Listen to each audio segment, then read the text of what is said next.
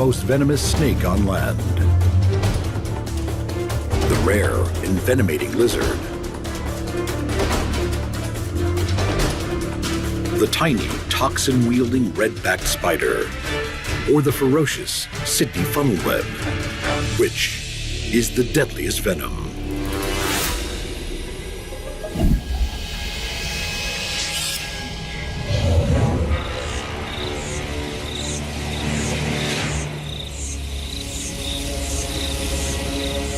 The deserted heart of the Australian outback, where people seldom venture, is the hot, baked home of the most venomous land snake in the world, the inland taipan, a 2-meter-long snake with enough venom in one blow to kill 250,000 mice.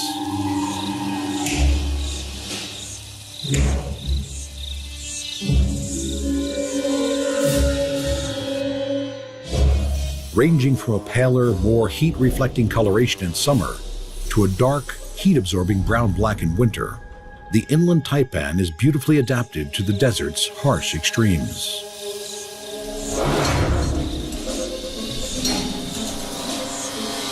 In the heat of the summer, these muscular small-scaled snakes will take shelter in the cracks and fissures of the baked earth, as well as in the burrow systems of their favorite prey, the long-haired rat. These burrows and crevices are also where they leave their eggs.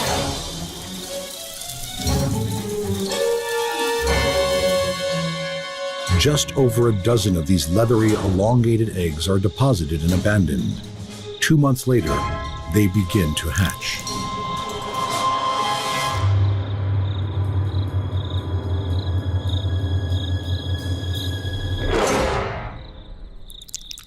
The juvenile snakes that slither out of their shells are already equipped with venom that is similar in toxicity to that of a fully grown taipan. They will immediately have to fend for themselves in the barren landscapes that await them.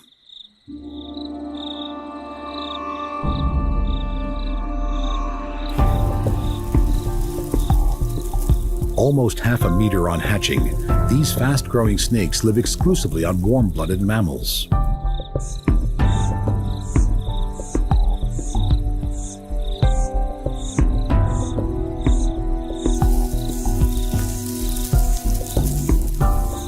Many of their upper body scales have a dark edge to them, creating a herringbone pattern along their bodies. The underbelly of these snakes is a creamy yellow with orangey blotches, usually only visible if they rear up in a threat display, something seldom seen in these shy and placid snakes.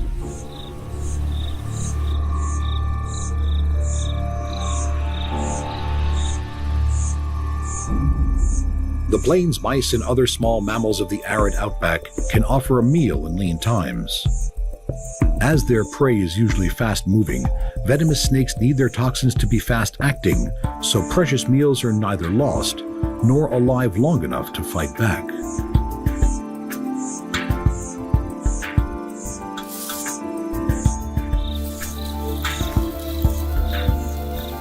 But these mice are not the taipan's favorite food.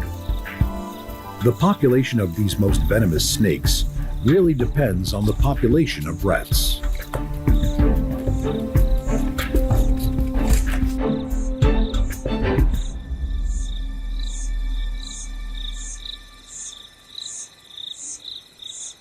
Cornered in their own home, there is no escape.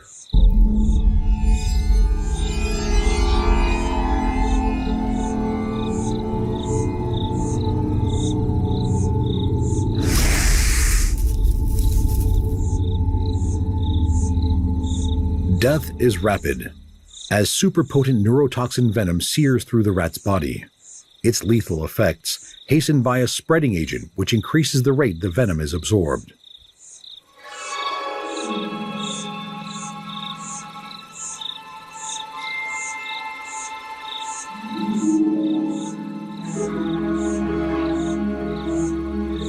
Nudging the lifeless rat to its favorite position, the taipan aligns its meal.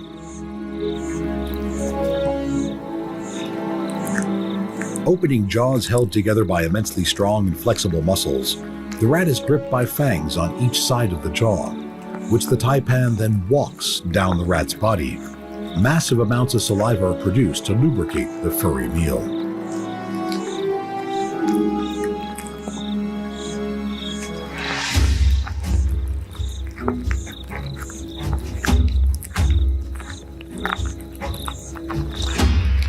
Stretchy skin and small scales aid the process as the snake's body accommodates the rat. Ribs stretch apart and enlarge the body space as food moves downward.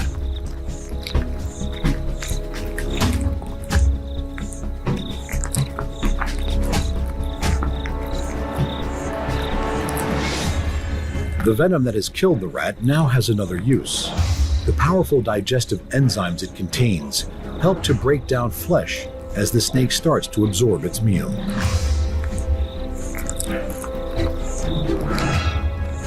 Despite being known as a fierce snake, with enough venom to kill 100 adult men in one bite, no human deaths have ever been recorded from this shy and reclusive serpent.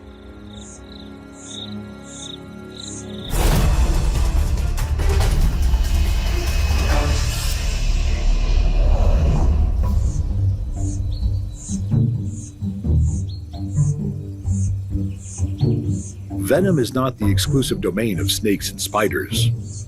In the deserts of the southwest United States and the northwest of Mexico lives the striking and venomous Gila monster, the largest land lizard in North America.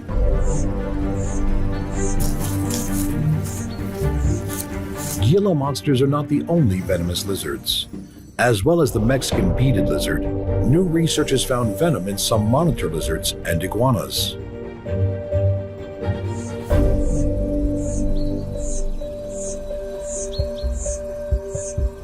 Gila monsters grow to just over half a meter. These stocky reptiles have venom glands below their teeth on their bottom jaw, and although usually sluggish animals, they can strike quickly and have an incredibly strong bite.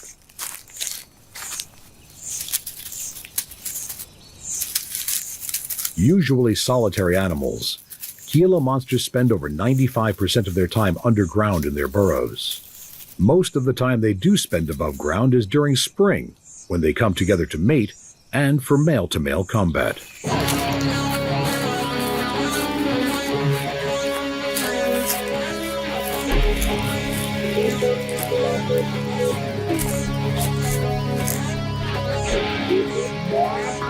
These monsters don't so much fight as engage in ritualistic wrestling matches, which appear to be a test of strength and endurance.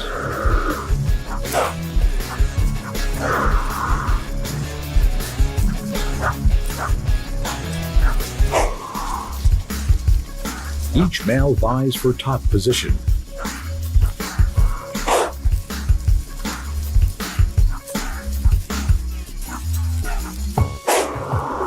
Unlike snakes, the venom of these animals is not injected.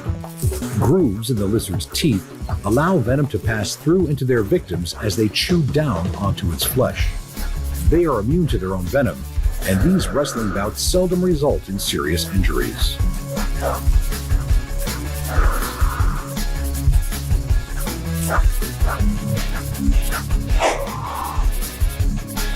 The skin of these animals is tough. Its beaded appearance is due to osteoderms, tiny bones embedded within the scales, a type of skin common in the dinosaurs, but seldom seen in today's living reptiles.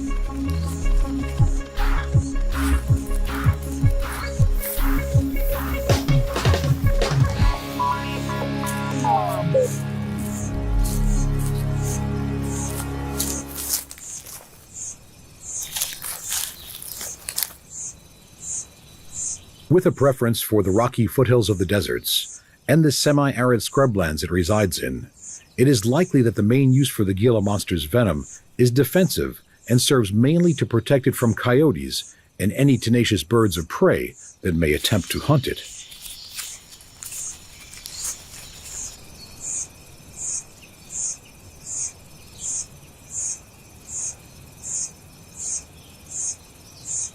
Its own prey does not need massive doses of toxins to subdue it. Gila monsters only need to eat a few times a year, and when they do, they have a diet that consists mainly of eggs and the helpless newborn of young mammals.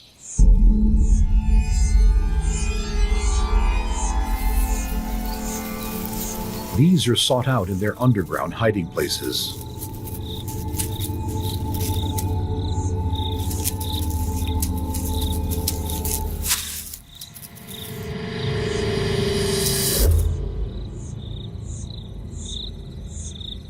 Although as toxic as the venom of the western diamondback rattlesnake, the Gila monster's teeth are much less effective venom transmitters than the injecting fangs of a snake, and a relatively small amount of venom is introduced in a bite.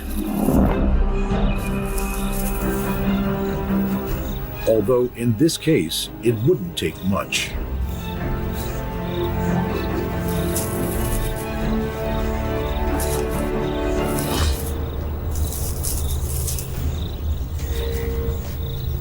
As it latches on to the helpless body, Gila monsters chew to allow neurotoxins to move through their teeth and into any wounds it has created. Able to eat a third of its own body weight in one sitting, these naked pack rats could keep the monster going for months.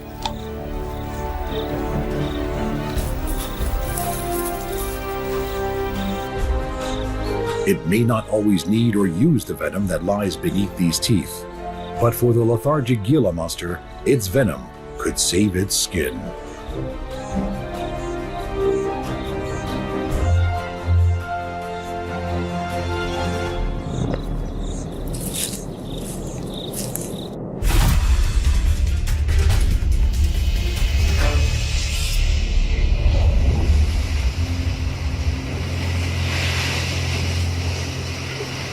In the shallow waters of the Pacific Ocean is an animal the size of a golf ball that carries with it not one, but two types of venom.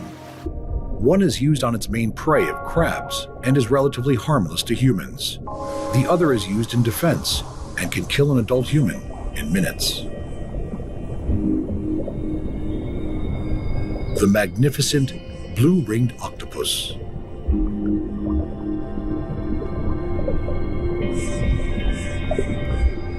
Usually a pale brown in color, the iridescent blue rings that give these famous octopus their names are only shown when the animal is hunting or agitated.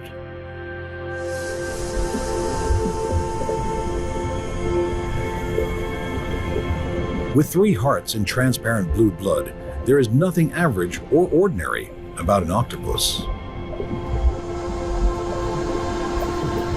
The blue-ringed octopus feeds on crabs and mollusks. These hard-bodied victims are often stalked and ambushed from behind.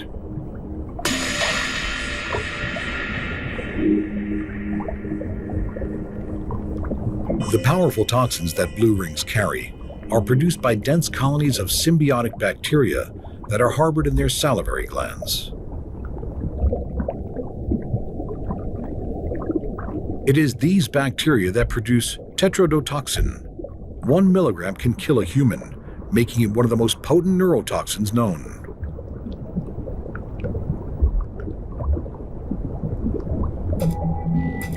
Saving this venom for its own defense, the crab will be infused with the octopus's milder toxins, paralyzing it as it is enveloped in an 8-armed death embrace.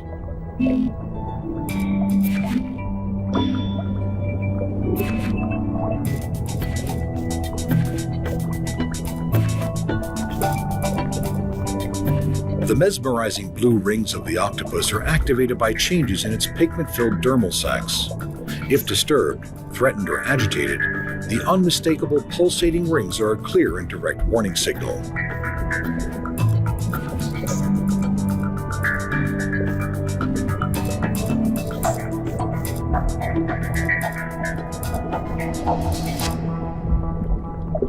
For the husked remains of this crab, there was no warning.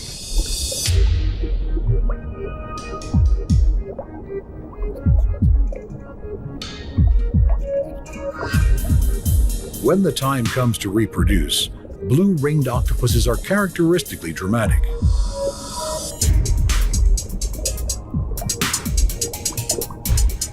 Laying around 50 eggs, The female carries them with her tucked under the secure haven of her suckered arms. For the few months it takes for them to develop, she will not eat.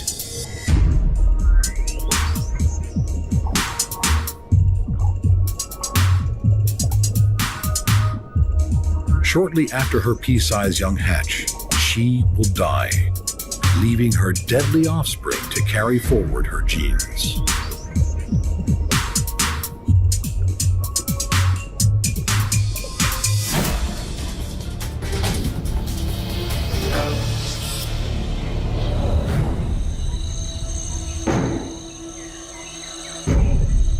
In the secluded outhouses, under fences and letterboxes, under barbecues and amongst garden litter, are the messy webs that hold the killing fields and the hundreds of offspring of a very deadly female. Tucked in the corner of her web, the scarlet stripe of the red-backed spider advertises her lethal capabilities.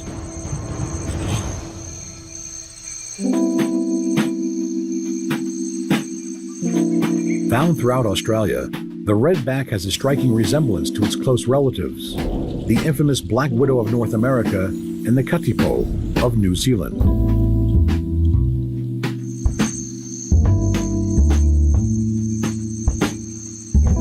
The webs of these comb-footed spiders are impressive feats of design engineering.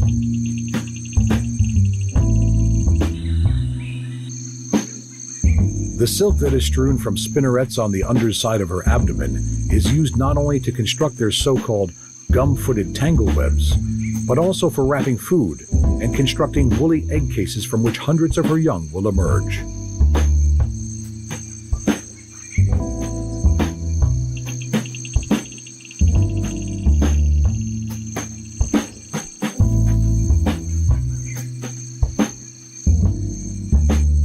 Young redback spiderlings will disperse from their maternal web by ballooning, taking themselves to a high point in the surrounding foliage and letting out a fine silken line that will be caught by the wind and carry them to their own new nest site.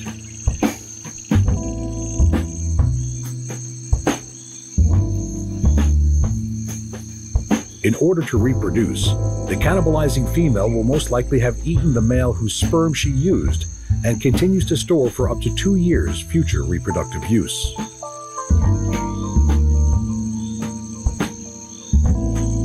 The tiny, seldom seen male, 5 times smaller than the female, will have offered up his abdomen to the often striped female who consumes him while they mate.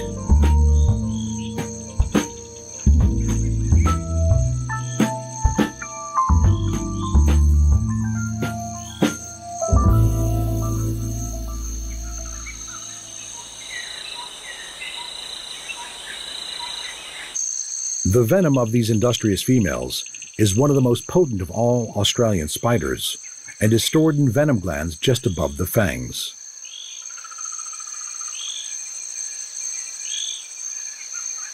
Despite its high toxicity, the small size of these same fangs means that often only a very little venom is delivered in its bite. While this may be more than enough to subdue their prey, only 1 in 5 bites causes significant envenomation in humans. When it does, pain at the bite site is extreme.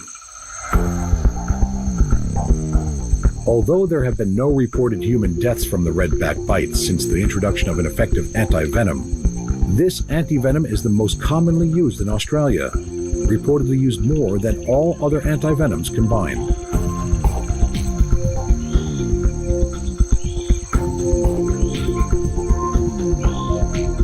For these young spiders, the fight for life has already begun, and the spiderlings emerge as cannibals, eating any unhatched eggs as well as their siblings.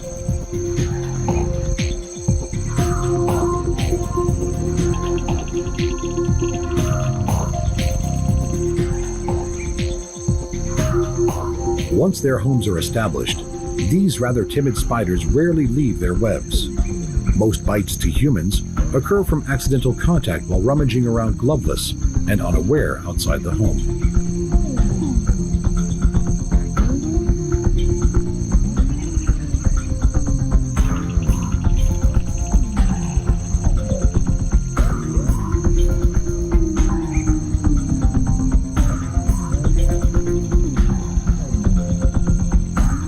Her incredible spinnerets contain microscopic spigots that each produce a single filament of silk. It is this which allows her to combine filaments in different arrays for different tasks of life.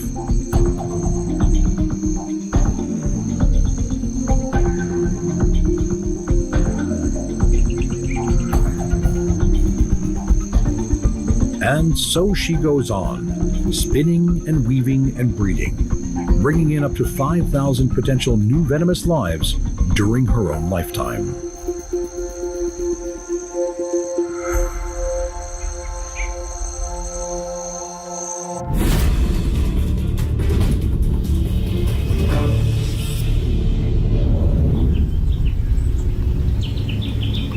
In contrast to the timid redback spider, the fearsome Sydney funnelweb is more inclined to stand its ground than to run.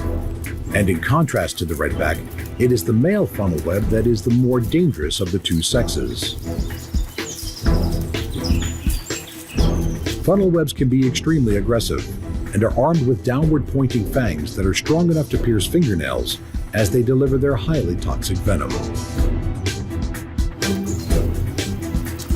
Different animals have very different reactions to funnelweb bites. While deadly to its main prey of insects, small lizards, and frogs, many mammals are relatively unaffected. However, to humans, the venom of the Sydney funnelweb is one of the most toxic of any spider.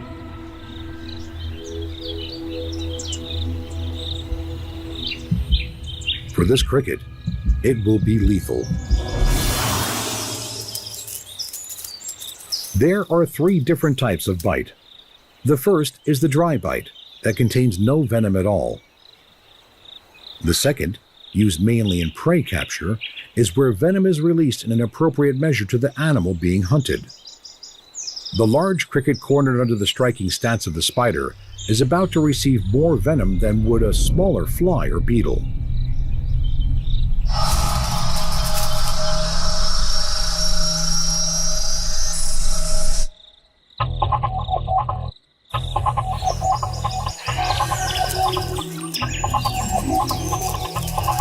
The multi-compound venom also serves to keep prey in good condition for later consumption.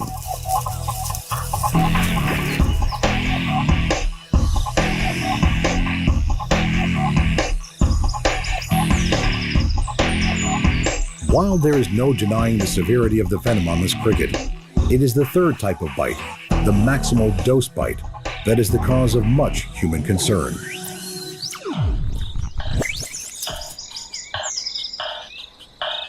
The effects of receiving the maximum dose of this spider's venom are fast and severe. Without anti-venom, human death can occur within hours.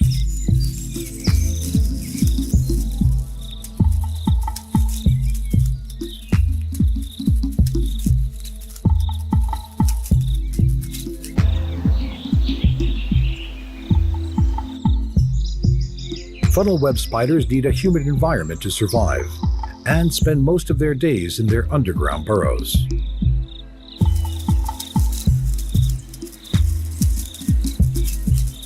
In the rains of summer and autumn, males are often lured out nightly in their search for females.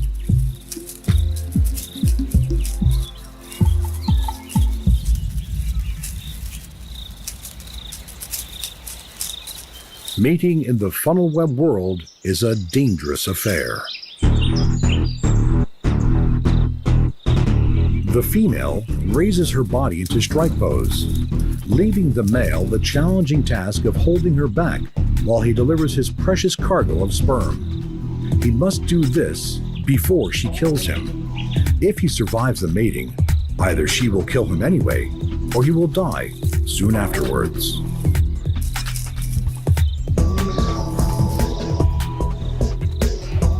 It is no surprise that many believe this burly-looking creature is the world's most venomous spider. But how do we judge which is the most venomous of all? Is it the highly toxic but reclusive inland taipan? The rare, venomous lizard? The deadly blue-ringed octopus? The cannibalistic redback spider? or the fatally toxic Sydney funnel web.